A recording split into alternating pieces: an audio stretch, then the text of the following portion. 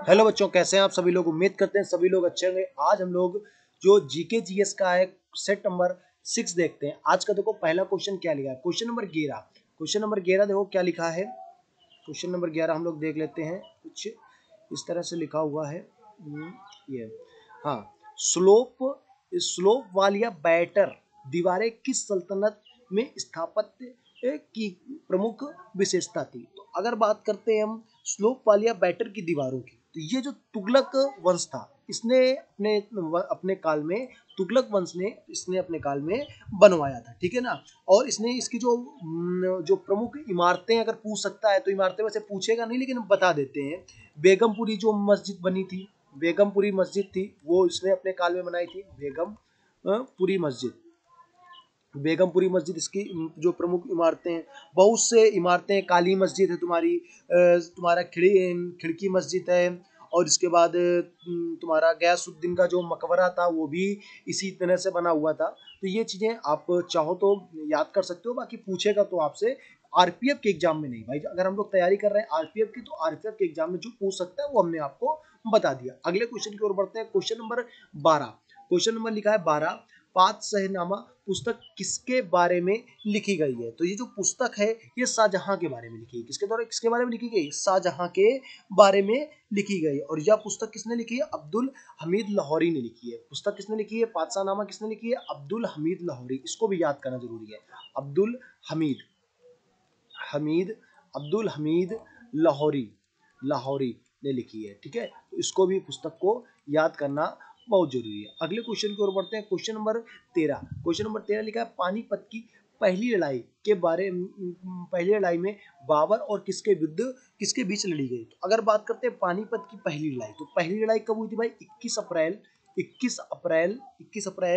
1526 ईस्वी में हुई थी। पानीपत की प्रथम लड़ाई कब हुई थी? 21 अप्रैल 1526 ईस्वी में हुई थी। और किसके बीच हुई थी? बाबर और इब्राहिम लोधी के बीच में हुई थी। बाबर और इब्राहिम लोधी के बीच में हुई थी, ठीक है। अगले क्वेश्चन की ओर बढ़ते हैं, ठीक है। इसमें क्या हुआ था? बाबर की सेना ने जो इब्राहिम लोधी की जो विशाल सेना थी उसको क्या कर दिया था? हरा दिया था। मतलब जीत किसकी हुई थी? बाबर इसमें जीत गया था, ठीक है। क्लियर। अगले क्वेश्चन की ओर बढ़ते हैं। Question number 14। क्वेश्चन नंबर 14 क्या लिखा है? मध्यकालीन भारत में जीटी रोड यानी कि ग्रांड ट्रंक रोड किसके द्वारा बनवाई गई। तो मध्यकालीन जो भारत था उसमें जो ग्रांड ट्रंक रोड थी, ये तो ग्रांड ट्रंक रोड की अगर बात करते हैं तो ये 16वीं शताब्दी में बनी थी। कब बनी थी भाई? 16वीं शताब्दी में बनी थी। और किसने बनवाई थी? शेर शाह ने बनवाई थी। शेर शाह का और जो दूसरा नाम था, इसका नाम था फरीद खान। इसका नाम क्या था भाई? फरीद खान इसका दूसरा नाम था, ठीक है। अगले क्वेश्चन की ओर बढ़ते हैं। क्वेश्चन नंबर 14 हो गया। 15 नंबर क्वेश्चन। क्वेश्चन नंबर 15 देखो क्या, वास्को डिगामा, मतलब भारत में वास्को डिगामा सर्वप्रथम कहाँ से उतरा। अगर हम बात करते हैं भारत में वास्को डिगामा, तो वास्को डिगामा जो भारत में आया था वो कितने बार आया था? 3 बार आया, ठीक है। कितने बार आया? 3 बार आया। सबसे पहली पूछा जाता है, जब पहली बार आता है सबसे ज्यादा उसका ध्यान दिया जाता है कि भाई ये पहली बार कब आया। तो पहली बार कब आया?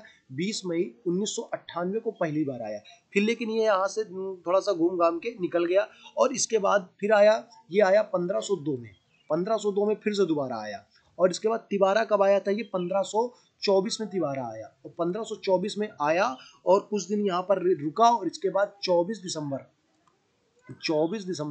1524 में इसी की यहीं पर आकस्मिक मृत्यु हो गई। ये निपट गया। और निपटने के बाद जब आदमी निपट जाता तो भाई कहीं ना कहीं इसको मतलब एक तरह से दफनाया जाएगा। तो कोची में इसको क्या कर दिया गया? दफना दिया गया। कोची में दफना दिया गया। लेकिन वहाँ की जो पुर्तगाल की सरकार थी वो इस पे काफी मतलब टेंशन में आ गई कि भाई हमारे यहाँ का नागरिक वहाँ क्यों दफनाया गया।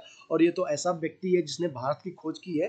तो इसलिए 1538 में इसको क्या कहते हैं, पुर्तगाल वालों ने फिर से खोजा, कब्र खोदी और इसको दोबारा पुर्तगाल ले गए। तो अभी ये कोची में नहीं दफन है। आप बोल दो सर जी कोची में, सर ने आपने बताया था कोची में दफन है, लेकिन नहीं, 1538 में पुर्तगाल के नागरिक आए थे, कब्र खोदी और इसको ले गए। और सर्वप्रथम ये कहाँ से आया था भाई? कालीकट बंदरगाह से आया था। पहली बात तो नौवाओं का साधन चलता था तो ये बंदरगाह से ही आएगा, तो कालीकट बंदरगाह है, वहीं से आया था। अगले क्वेश्चन की ओर बढ़ते हैं। क्वेश्चन नंबर 16, निम्न में से किसके शासनकाल के दौरान मुगल चित्रकला अपने चरम पर थी। देखो मुगल चित्रकला जरा चरम पर थी, वो जहांगीर के शासनकाल में थी, ठीक है भाई।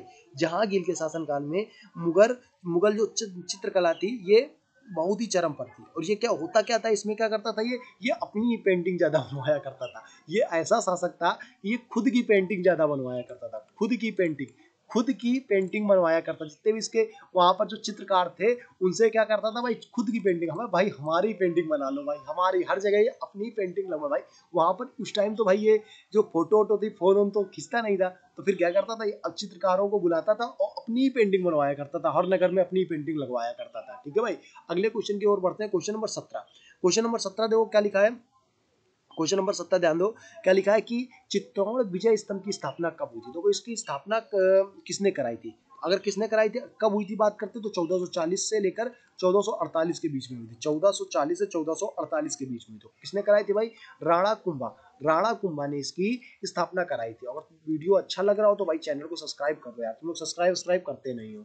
ठीक है, क्वेश्चन नंबर 18। क्वेश्चन नंबर 18 लिखा है हुमायूंनामा किसके द्वारा रचित है। अगर हम हुमायूंनामा की बात करें तो हुमायूंनामा जो रचित थी गुलबदन बेगम के द्वारा रचित थी। देखो अकबरनामा, एक यही चीज आता है अकबरनामा।